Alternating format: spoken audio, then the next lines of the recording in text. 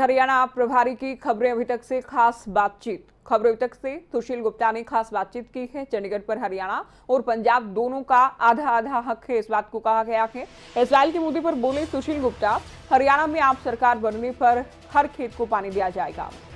पूर्व मंत्री निर्मल सिंह के आप में शामिल होने पर सुशील गुप्ता की ओर से कहा गया, दोनों नेता ईमानदार नेता हैं। चूंकि इससे पहले आप जानते हैं अशोक तंवर भी आम आदमी पार्टी में शामिल हुए थे। निर्मल सिंह के अलावा उनकी बेटी चित्रा सरवारा भी आम आदमी पार्टी में शामिल हुई। ऐसे में खबरों के संवाददाता अनिल मोर ने उनसे खास बातचीत की है। क्या कुछ बोले हैं सुशील गुप्ता, आइए सुनते हैं। आम आदमी पार्टी हरियाणा में इन दिनों अपने कुनबे का विस्तार कर रही है और जो आम आदमी पार्टी में तमाम बड़े नेता शामिल हो रहे हैं, इन तमाम नेताओं को शामिल करवाने में सबसे बड़ा रोल आम आदमी पार्टी के हरियाणा प्रभारी सुशील गुप्ता का है। किस तरीके की रणनीति है आने वाले दिनों में और कौन कौन नेता आम आदमी पार्टी में शामिल होंगे, इन तमाम मुद्दों पर बात करने के लिए खुद सुशील गुप्ता साहब हमारे साथ मौजूद है। गुप्ता जी, कई बड़े नेताओं को आप लोगों ने शामिल करवा लिया, चाहे अशोक तंवर की बात करें, निर्मल सिंह की बात करें।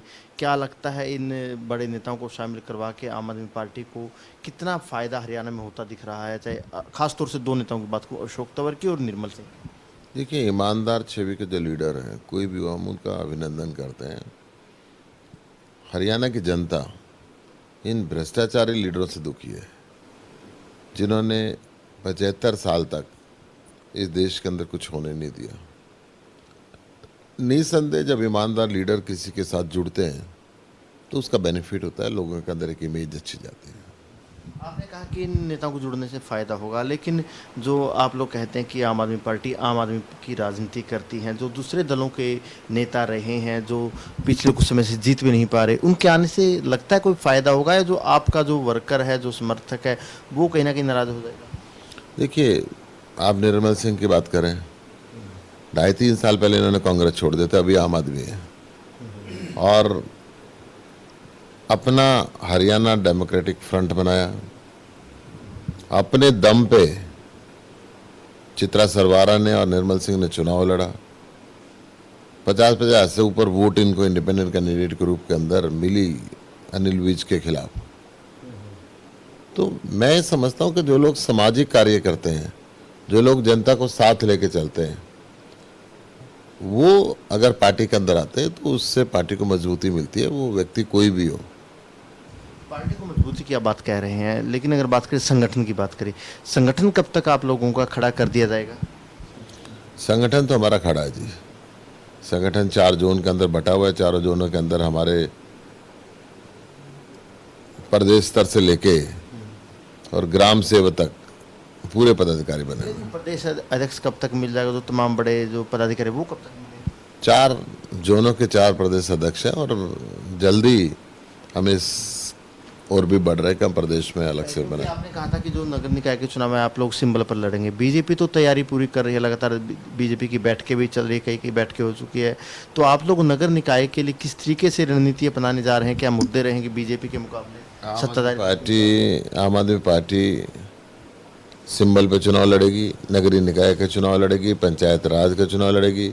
और बीजेपी की तैयारी होती तो चुनाव से भागती नहीं।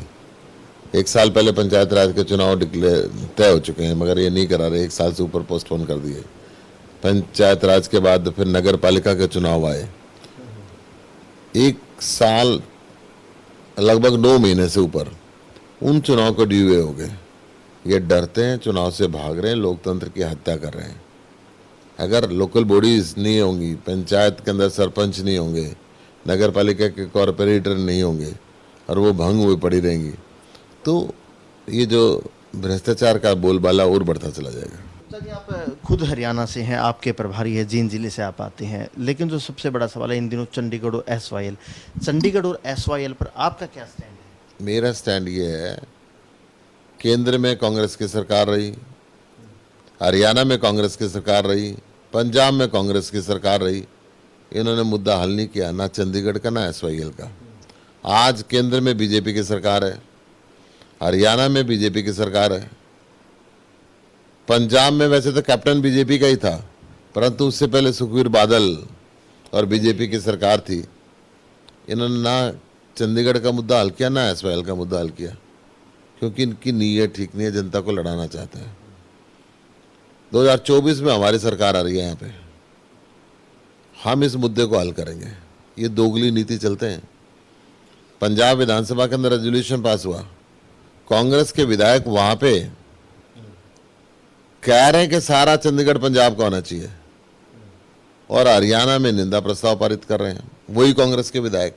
ये दोगला चेहरा है कि नहीं है? बीजेपी के मैं वही मेरे कहने पे आ रहा हूं, जो बीजेपी के विधायक हैं इस रेजोल्यूशन के खिलाफ पंजाब में वॉकआउट करते हैं और यहाँ पे निंदा प्रस्ताव पारित करते हैं। मैं कह रहा हूँ खट्टर साहब 20-20 हजार करोड़ रुपए केंद्र सरकार दोनों राज्यों को दे और चंडीगढ़ पे आधा आधा हक दे। हम चंडीगढ़ के लोगों को भी खुश रखेंगे और अपनी अलग से राजधानी भी बनाएंगे। यानी चंडीगढ़ पर आधा आधा हक रहना चाहिए दोनों राज्यों का, और हरियाणा के लिए अलग से राजधानी बने, केंद्र पैसा दे। केंद्र पैसा दे, हमारा जहाँ दिल होगा चंडीगढ़ में दिल का होगा, चंडीगढ़ में राजधानी बनाएंगे। किसी और जिले में दिल होगा तो किसी और जिले में राजधानी बनाएंगे। जो हरियाणा की जनता कहेगी वो काम होगा। एसवाईएल के लिए क्या मानते हैं कि हरियाणा को उसका पानी मिलना चाहिए? मैं वही कह रहा हूँ, देश की इंटरनेशनल ट्रीटी के हिसाब से 65% पानी बह के पाकिस्तान के अंदर चला जाता है फालतू। ये उस पानी को किसान को नहीं देना चाहते। 2024 में हमारी सरकार आ रही है, 2025 में पंजाब में भी हमारी सरकार है और हरियाणा में भी सरकार होगी। हरियाणा के हर खेत के अंदर पानी पहुंचाएंगे, ये हमारा वायदा है। एसवाईएल के जरिए जैसे भी पानी पहुंचाएंगे, एसवाईएल से पानी पहुंचाएंगे, बाकी साधनों से पानी पहुंचाएंगे। हरियाणा में पानी की कमी नहीं रहने देंगे। बिल्कुल, ये थे आप प्रभारी सुशील गुप्ता। हरियाणा से जुड़े तमाम विषयों पर सुशील गुप्ता ने खबरें अब तक से खास बातचीत की। कैमरामैन सूरज के साथ अनिल मोर, खबरें अभी तक, पंचकुला।